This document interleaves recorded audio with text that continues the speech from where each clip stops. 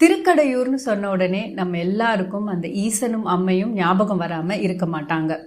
அப்படிப்பட்ட ஒரு புனித ஸ்தலத்துல பிறந்தவர் தான் இந்த நாயனார். இவர் தான் காரி நாயனார். காரியார் திருக்கடையூர்ல இருக்கிறப்ப மாணிக்க வாசகர் பத்தி கேள்விப்பட்டாரு. மாணிக்க வாசகர் கிட்ட இறைவனே வந்து பாவை பாடிய வாயால் கோவை பாடுக மாணிக்க வாசகா அப்படின்னு கேட்டாரு அப்படின்னு தெரிஞ்ச உடனே காரியாருக்கும் ஒரே ஆர்வம் ஆயிடுச்சு.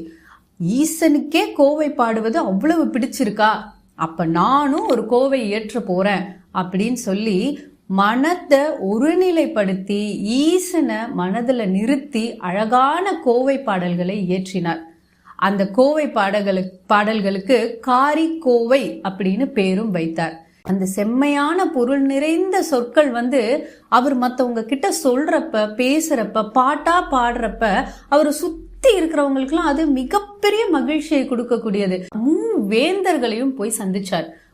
வேந்தர்கள் கிட்டையும் தன்னுடைய காரியார் கோவைய அழகா பாடி காமிச்சார். பாடி காமிச்சதோட மட்டும் இல்லாம அதுக்கான அர்த்தத்தை எடுத்து சொல்றப்ப சொல்லணுமா, வேந்தர்களும் மயங்கி விழ வேண்டியதுதான். காரியாருடைய சொற்களுக்கு மயங்காத வேந்தர்கள்ல யாருமே கிடையாது. ராஜாக்களும் வேந்தர்களும் மயங்கி விழுந்தா புலவனுக்கு என்ன கிடைக்கும் சொல்லுங்க? தொட்டில் தொட்டிலா பரிசுகள், பொற்குவியல்களா கொடுத்து அனுப்பிச்சாங்க காரியார்கிட்ட. சரி, இதுதானே பண்ணாரு, இதுக்காக எதுக்கு ஈசனார் நாயனார் பட்டியல்ல இவரை சேர்க்கணும்னு கேட்டீங்கன்னா இதுக்கப்புறம் தான் இருக்கு. சிவலிங்கங்கள் தனக்கு தெரிந்த ஈசன் எங்கெல்லாம் கோயில் இல்லாம இருக்காரோ அந்த ஈசனுக்கு எல்லாம் கோயில் கட்டுவேன்னு ஒரு வைராகியத்தை மேற்கொண்டு தனக்கு கிடைத்த செல்வங்களை வைத்து ஈசனுக்கு அழகான கற்கோயில்களை காரியார் எழுப்பினார்.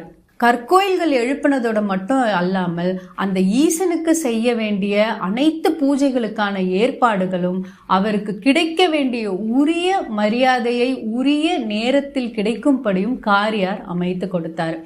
சிறப்பு வாய்ந்த காரியார் ஆடி மாதம் இறைவனடி சேர்ந்தார்.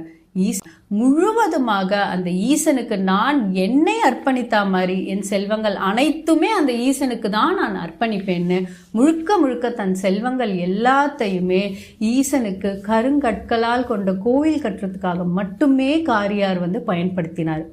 மேலோட்டமாக பார்த்தால் காரியார் வரலாறு என்பது சாதாரண ஒரு மனிதன், சாதாரண ஒரு புலவனின் வரலாறாக தான் இருக்கும். ஆனால் அவர் கொண்ட வைராகியம், திரும்ப திரும்ப நான் சொல்றது என்னன்னா, நாயன்மார்கள் வரலாறு என்பது ஒரு வைராகியத்தை ஒரு மனிதன் மேற்கொண்டானே ஆனால் அதை தன் இறுதி மூச்சு உள்ளவரை எவ்வளவு கஷ்டம் வந்தாலும் நின்று அந்த வைராகியத்தை வெற்றி கொள்ள வேண்டும் அப்படின்றது தான் நாயன்மார்கள் வரலாறு திரும்ப திரும்ப சொல்லுது.